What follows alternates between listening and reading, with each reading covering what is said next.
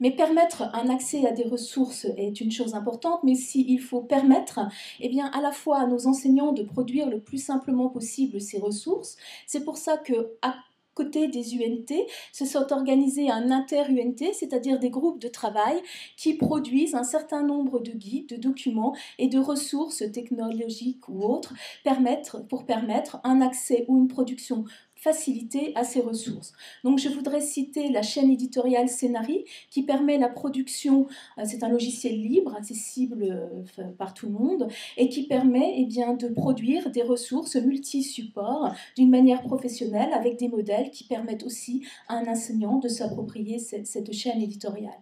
Des portails communicants, particuliers au RIOAI, qui permettent une diffusion facilitée avec des miroirs un peu partout, qui permettent un accès facile, même lorsqu'on est loin des universités françaises. Un certain nombre de services autour de la ressource, des tutoriaux sur comment utiliser des outils, des kits pédagogiques réservés aux enseignants pour donner des exemples de la façon dont ces ressources peuvent être utilisées au travers de scénarios pédagogiques. Et puis, comme une ressource n'est intéressante que quand elle est accessible, et que, comme moi, vous savez que pour être accessible sur Internet, il faut être indexé, référencé et indexé, autour de la norme d'indexation des ressources, le SUPLOM-FR, vous pouvez trouver toutes les informations qui vous permettent, dans un format standard et interopérable, d'afficher votre offre de formation, que vous soyez dans les UNT ou pas. Autour de ça, un certain nombre de guides et de méthodologies, en particulier le guide auteur. Alors j'en profite puisque nous avons la coordinatrice du groupe Inter-UNT, Carole Shirley-Stéphane, présente dans la salle. Donc vous pourrez l'interroger. Et vous avez un guide auteur, conception, que vous soyez enseignant ou service de production, qui vous donne une méthodologie, les différents guidelines à avoir en tête pour produire une ressource pérenne, interopérable, facilement modifiable et réappropriable par d'autres. D'autres guides sur les chaînes éditoriales, interopérabilité, pérennité des documents sont tous accessibles toujours sur le site des universités numériques thématiques. De la même façon, des questions transversales, juridiques, propriété intellectuelle, guide auteur, etc. peuvent parfois inquiéter certains auteurs. Donc une information juridique est en ligne, qui a été produite par des juristes spécialistes de la question, et vous pouvez trouver des exemples de contrats d'auteur, un certain nombre de discussions à partir de conseils et de recommandations sur comment éviter ces écueils, et bien sûr le guide du SUPLOM-FR pour l'indexation.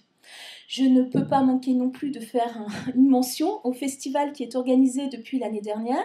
Si vous êtes producteur cette année de ressources pédagogiques numériques et que vous voulez participer à ce festival, il va donc être ouvert très prochainement. Il récompense donc une année sur 2 des ressources interactives avec des prix relativement intéressants et une année sur 2 des vidéos pédagogiques qui sont mises ensuite en valeur sur différents canaux à l'international et en national. Je vous ai parlé tout à l'heure des étudiants empêchés, parce que ces étudiants ne doivent pas être oubliés sur le chemin et qu'il est de notre mission de les accueillir tous dans les meilleures conditions. Alors pour les étudiants en prison, il va être publié prochainement un cahier des charges. Il y a des problèmes spécifiques, puisque vous le savez peut-être, mais qu'on n'accède pas à Internet facilement quand on est en prison. Il y a un certain nombre de restrictions qui font que l'enseignement à distance et l'enseignement numérique n'est pas forcément simple, et des problèmes de certification qui doivent être organisés dans des conditions différentes. Et puis bien sûr pour les étudiants handicapés, avec un certain nombre de handicaps comme visuels, etc., mais d'autres aussi. Donc sachez que l'outil de chaîne éditoriale, donc de production de contenu, a la capacité aussi de produire des ressources accessibles à certains types de handicaps, que nous avons à disposition librement un transcripteur braille qui permet de traduire en braille toute ressource en format numérique, quelle qu'elle soit, et puis des ressources spécifiques qui ont été produites à destination de certains types de handicap. Je vais mentionner celui d'une université virtuelle thématique qui est dans le développement durable, avec son glossaire en langue des signes du français du développement durable. Une fois que ces ressources sont produites, il faut les organiser pour construire des formations. Donc les UNT et les établissements produisent des ressources sur lesquelles la mise en place de formations ouvertes et à distance peut s'appuyer. Permettez-moi juste de rappeler que le catalogue FormaSup référence toutes les formations à distance qui sont disponibles et que la FIED et la Fédération interuniversitaire de l'enseignement à distance, sur son site spécifique, donne un certain nombre d'informations sur les formations existantes et sur un certain nombre de dispositifs pour les mettre en place. Dans les ouvertures possibles, j'ai indiqué tout à l'heure une ouverture internationale qui était tout à fait intéressante et motivante. Encore faut-il permettre à ces étudiants qui vont à l'étranger ou qui viennent de l'étranger de travailler et de poursuivre leurs études dans des conditions qui ne les mettent pas en difficulté dès le démarrage. En particulier, eh bien, au niveau de la langue, sont mises à disposition au travers des universités numériques thématiques un certain nombre de ressources qui permettent d'apprendre le français, français langue étrangère, français technique. J'en cite deux, Philippe, qui vous permet, c'est dans le site des universités numériques thématiques dédiées aux grandes écoles, d'acquérir tout le vocabulaire technique qui est nécessaire pour poursuivre des études. Des ressources sont traduites et proposées en langue étrangère, donc sachez qu'actuellement la traduction des ressources est entreprise avec des langues cibles, bien sûr quelques ressources en anglais pour faire partager ce qui fait les éléments les plus importants de notre renommée à l'international, mais aussi des ressources qui sont traduites en espagnol, qui vont être traduites en portugais brésilien, de même que les guides, etc., dont je vous ai parlé précédemment. Des ressources pour apprendre les langues et la culture, il existe des ressources qui permettent de se familiariser avant de partir à l'étranger ou avant de venir étudier en France, bien sur l'organisation du système universitaire, sur comment aller manger, comment lire un billet de train et autres éléments qui peuvent être perturbants lorsqu'on arrive d'un pays étranger. Des kits de mobilité entrantes, actuellement une expérience est menée avec le droit, faire venir des étudiants pour suivre une formation de droit est quelque chose de très important, et on s'appuie dans ces formations généralement sur tout un acquis social et culturel de ce qu'est le droit français, que des étudiants à l'étranger ne possèdent pas, donc leur permettre d'acquérir ces notions leur permet d'aller aborder leurs études dans de bonnes conditions. Des services pour rester connectés où que l'on soit et une offre de formation à distance.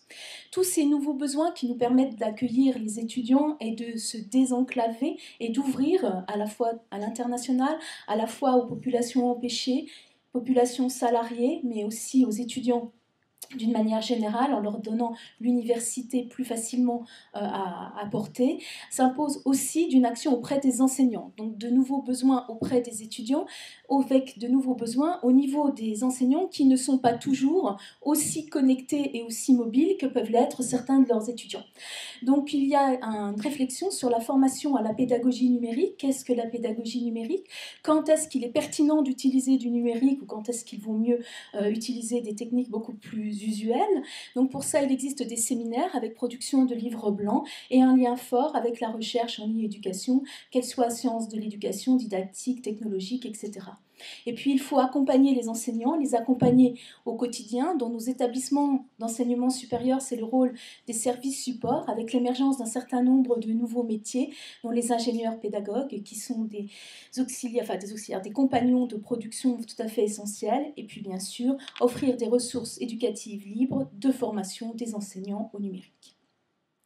Je ne peux pas terminer cette présentation et ce rapide panorama des différentes actions qui sont menées sans vous communiquer un extrait, mais que vous avez certainement lu, de la conférence de presse que la ministre de l'Enseignement supérieur et de la Recherche, Madame Geneviève Fioraso, a donnée le 18 septembre 2012 à propos de l'éducation et de la réussite des étudiants. La e-éducation, je la cite, est un facteur de développement de la société, de la connaissance sur deux plans complémentaires. La dimension sociale, en raison de son rôle dans la diversification pédagogique et la réussite des étudiants, puis dans le développement de la formation tout au long de la vie. Le numérique sera un vecteur de la conquête du champ de la formation professionnelle et continue par les universités françaises, dont la part n'est que de 8% aujourd'hui, et en lien avec la recherche. La dimension internationale pour que la France joue pleinement son rôle dans le rayonnement de l'enseignement supérieur francophone et pour renforcer l'attractivité internationale de notre enseignement supérieur. La France foisonne d'initiatives d'acteurs de terrain, notamment avec les universités numériques thématiques. Nous devons mettre en place un plan volontaire, ambitieux et cohérent pour construire enfin dans la durée une université numérique à la hauteur de notre ambition. Je ne peux donc être persuadé qu'au vu des tables rondes que vous avez proposées cet après-midi, jailliront de nombreuses idées et de nombreux projets qui nous permettront de construire cette université numérique cohérente et ambitieuse que souhaite notre ministre. Je vous souhaite à tous d'excellents travaux et je serai très intéressée évidemment, comme mon ministère, par les résultats qui en sortiront.